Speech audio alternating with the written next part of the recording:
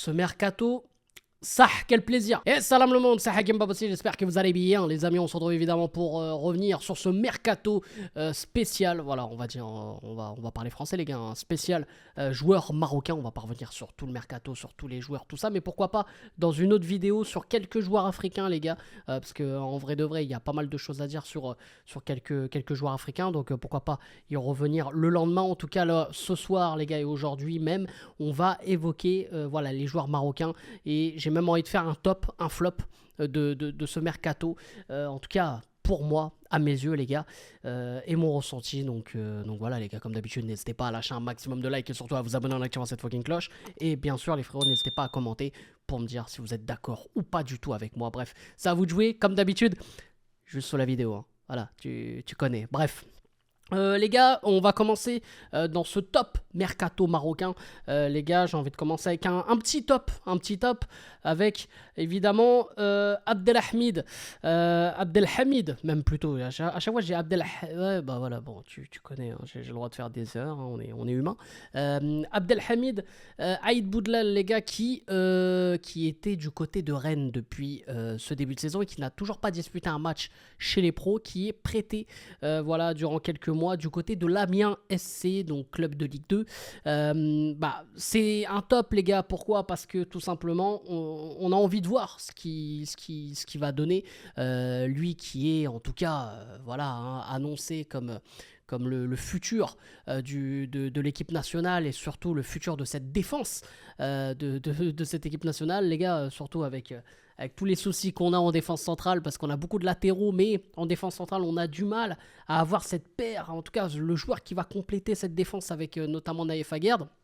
Donc on a envie de voir la relève arriver, ça a un peu de mal, et de voir ce jeune joueur qui va peut-être pouvoir s'exprimer, certes en Ligue 2, mais qui va pouvoir s'exprimer, bah les gars, c'est un top, et pour moi c'est une très très bonne nouvelle, donc à suivre. En plus, ceux qui me connaissent savent que voilà, je suis sur Amiens, donc les gars, je vois, hein, si on peut aller le voir directement au stade, pourquoi pas.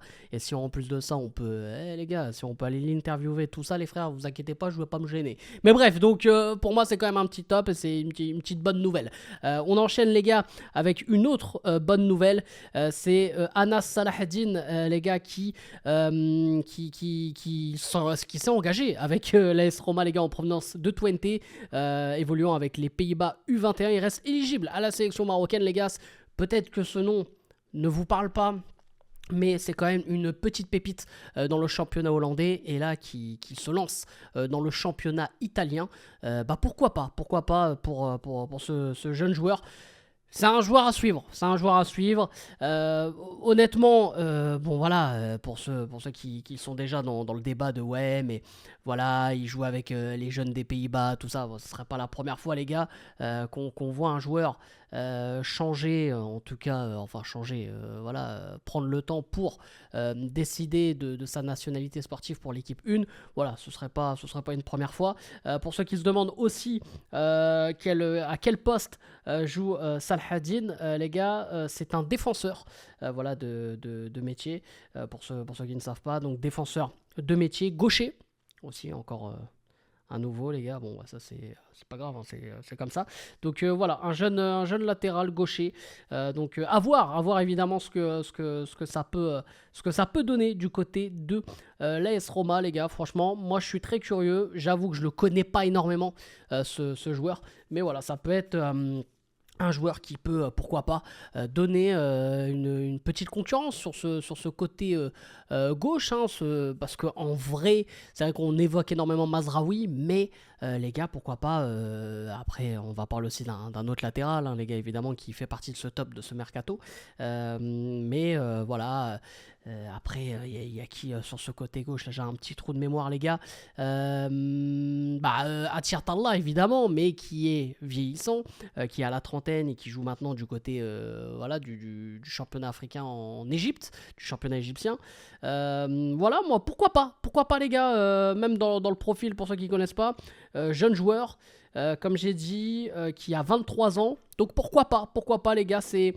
En tout cas, ça se regarde et pourquoi pas à l'avenir. Du coup, les gars, autre joueur Aussi pour moi, où c'est une très bonne nouvelle, c'est bien sûr Reda Belahian, les gars. Reda Belahian qui s'est engagé du côté de la Lazio de Rome, donc en provenance de l'Hellas Vérone. Reda Belahian, les gars, j'en avais déjà énormément parlé dans quelques-unes de mes vidéos précédentes et j'en avais même parlé à l'époque. C'était des rumeurs, je sais plus c'était quelle rumeur, comme quoi il allait peut-être s'engager à Rennes à l'époque, ouais, c'était ça. Et au final, bon, bah. Ça s'est fait avec la Lazio de Rome, donc bénef les gars, hein. Moi franchement je suis heureux.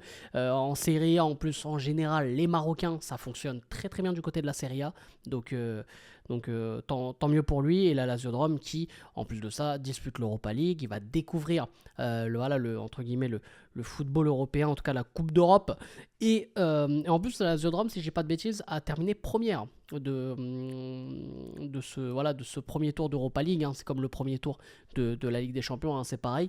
Et la Lazio de Rome, du coup, qui se glisse dans les favoris, bien sûr, pour remporter cette Europa League. Et si Reda Belahian peut se révéler lors de cette épopée, pourquoi pas européenne, et surtout dans ce championnat avec la Lazio, c'est bénef. Donc il rejoint un certain Guendouzi qui est du côté de la Lazio. Donc à voir, pour moi c'est une bonne nouvelle parce que voilà, on va dire, il fait un mini glow-up. Il fait un mini glow-up dans sa carrière, parce qu'en soi, passer de l'Hellas Vérone à la Lazio de Rome, moi je trouve que c'est une bonne transition. C'est vrai qu'il était aussi convoité du côté de Chelsea. D'ailleurs, la vidéo c'était pour Chelsea, c'était pas Rennes, les gars, j'ai dit une bêtise. C'était pour Chelsea. Chelsea, ça aurait pu être peut-être un peu trop gros, même si franchement, moi perso, ça m'aurait hypé. Et on l'aurait vu quoi qu'il arrive avec tous les matchs que Chelsea ont à jouer. Mais voilà, en tout cas, je suis curieux de voir ce que ça va donner du côté de la Lazio. Pour moi, c'est quand même, ça fait partie du top, ce choix-là. Donc voilà, on va voir évidemment ce que ça va donner. Un autre top, les gars, alors. C'est un top un peu spécial parce que là, il n'y a pas, en soi, il y a rien qui a été fait.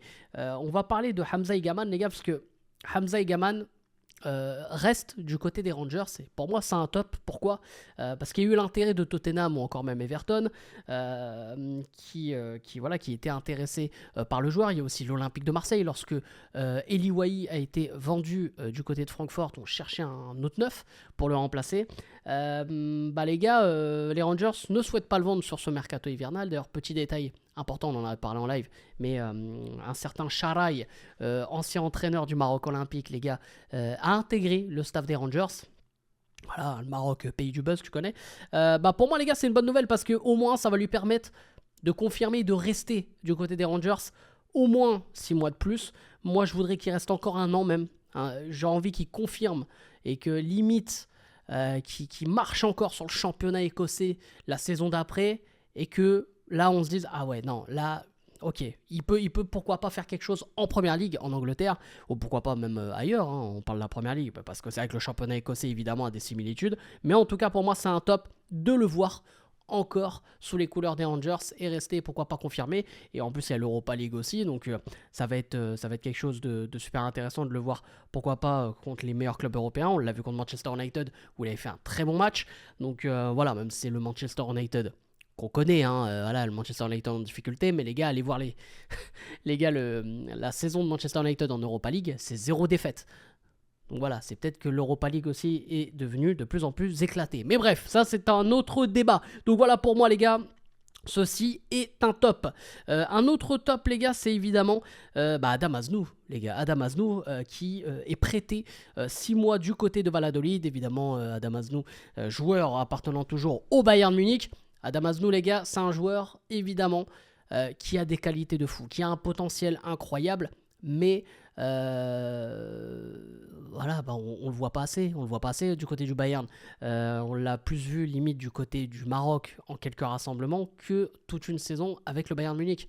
Donc c'est un peu compliqué pour lui. Évidemment, il est jeune. Il y a beaucoup de concurrence. La concurrence, voilà pour ceux qui ont la ref.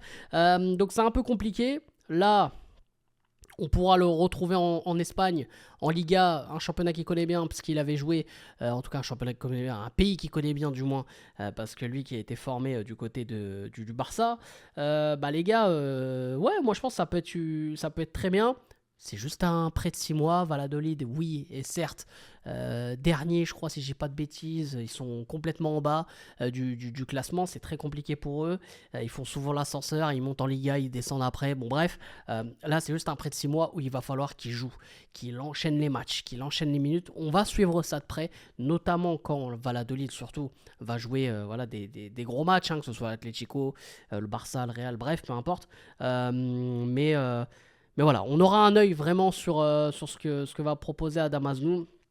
Et on verra, mais en tout cas, moi je mets ça dans le top parce qu'on a besoin de le voir jouer au haut niveau, en première division, au moins des matchs complets, au moins des 1 heure de jeu, 70 minutes, bref, parce que c'est pas assez, les gars, c'est trop peu, c'est trop peu. Donc pour moi, c'est une très très bonne nouvelle, et on va voir. En plus, il rejoint Amalah et Anwar, qui sont deux joueurs marocains. Donc voilà, c'est bénef, comme on dit. Donc du coup, les gars, moi, voilà pour mes tops. Voilà pour mes tops. Je vous ai gardé deux flops. Bon, je pense que vous savez déjà de qui je vais parler, hein. Bien sûr, Hakim Ziyech, j'en ai déjà parlé en vidéo, mais pour moi, évidemment que c'est le flop de ce mercato, les amis, puisque Hakim Ziyech a signé à Al Duhail. Et pour moi, les gars, ce club, voilà, qui est un club qatari, voilà, pour moi, il est parti s'enterrer. Alors oui, certes, c'est un contrat de 6 mois. Donc là, on est en train déjà de se dire, oui, il fait juste 6 mois là, il joue un peu et après il repart. Pour aller où? Qui va l'acheter? Qui va le payer? Parce que Hakim Ziyech, là, s'il signe à Al Duhail, je pense aussi, les gars, il y a quand même un petit prêt sympa. On va pas se mentir. Et voilà, on parle d'un championnat qatari qui est un championnat éclaté. Les gars, on va parler français. Déjà, le championnat saoudien, il est pas fou. Alors qu'il y a des top. En tout cas, il y avait. Enfin, c'était des top joueurs. C'est pas, voilà, c'est pas fou. On parle d'un championnat qui. C'est même pas de la seconde zone, c'est de la 8e zone. On parle pas de la même intensité des entraînements. Voilà, c'est même les entraînements là-bas. Je sais pas si vous êtes au courant, les gars, dans les pays du Golfe, mais il fait tellement chaud qu'ils s'entraînent habituellement dans les pays européens, on va dire basiquement, hein, ils font 2 entraînements par jour. Là, les gars, ils sont obligés de faire qu'un entraînement par jour et qui est tard le soir parce que il fait trop chaud. Donc les mecs, ils ont même pas les intensités des entraînements. Ils ont même pas la régularité des entraînements. Là-bas, bon, t'as moins de pression, donc tu manges bien, t'as capté. On va moins t'embêter là-dessus. Et puis, t'as ce côté où, bien sûr, le niveau est bien, bien plus en bas. Et Hakim Ziyech, on parle d'un joueur qui a 31 ans. D'ailleurs, je m'excuse, la dernière fois, j'ai dit 34 ans. 31 ans, évidemment, Hakim Ziyech. Donc, Hakim Ziyech, là, voilà, on parle pas du Ziyech qui ne jouait pas à Chelsea. C'est différent de ne pas jouer à Chelsea que de jouer dans un championnat qatari. Elle est là la différence, les gars. Donc moi, personnellement, évidemment que c'est un flop. Et je suis très déçu, bien sûr, de voir Hakim Ziyech signer là-bas. Après, on verra s'il va rebondir ailleurs dans les quelques mois qui vont suivre juste avant la CAN. Ce qui sera toujours un risque, hein, les gars. Parce qu'il y en a toujours qui rêvent de le voir à la CAN. Pour moi, les gars, c'est mort. Mais bref, ça, c'est un autre débat. Donc voilà, évidemment, pour moi, c'est un flop. Sinon, les gars, il y a un autre flop, peut-être qui est passé un peu inaperçu, ou alors peut-être il y en a qui ne seront pas en accord du tout avec moi. Mais les gars, c'est Nordin Amrabat qui du coup a signé du côté de Hull City. Alors en Championship, en 2e division, 37 ans, les gars, Nordin Amrabat. Alors, pourquoi je dirais un flop? Dans un premier temps, c'est pas forcément un flop ni un top de chez top. On parle d'un joueur de 37 ans qui va connaître la 2e division anglaise. C'est pas mauvais, la 2e division anglaise, c'est quand même un sacré championnat et très compliqué d'ailleurs pour monter en première ligue. Ensuite, on parle d'un joueur qui a connu aussi l'Angleterre, donc il peut, du côté de Watford, hein, bien sûr, pour ceux qui s'en rappellent. Et pour moi d'ailleurs, il était pas mauvais du tout là-bas. Il vient d'un championnat grec, l'AEK Athènes. Bon, c'est pas mal quand même la 2e division anglaise à côté. Mais pourquoi je dirais un flop? Je suis déçu dans le sens où il était convoité du côté du Wydad. Et moi, j'aurais bien voulu voir, même en tant que supporter de Raja, mais j'aurais bien voulu voir le Wydad de Casablanca recruter un ancien international marocain, Nordin Amrabat. pour évidemment cette fameuse Coupe du Monde des clubs. Et moi je suis un peu déçu parce que cette Coupe du Monde des clubs, on va être derrière le Wydad comme si c'est le Maroc qui joue. Donc voir des internationaux marocains ou des ex-internationaux marocains représenter le Wydad de Casablanca, bah voilà, ça va être notre Coupe du Monde, ça va être la Coupe du Monde du Maroc, tu vois, t'as capté. Donc moi je suis un peu déçu, sur ce côté-là. Voilà, c'est un côté égoïste, certes. Donc je suis un peu déçu. Après, dans le fond les gars, on parle d'un joueur qui était dans un championnat qui éclatait le championnat grec. Alors tous mes respects à Zdino Nahi qui s'amuse de ouf là-bas, hein. Je vois chaque semaine des compiles sur Twitter, il met des petits ponts, mais là-bas les frères, bon voilà, c'est pas des joueurs de football les mecs, voilà, avec tout.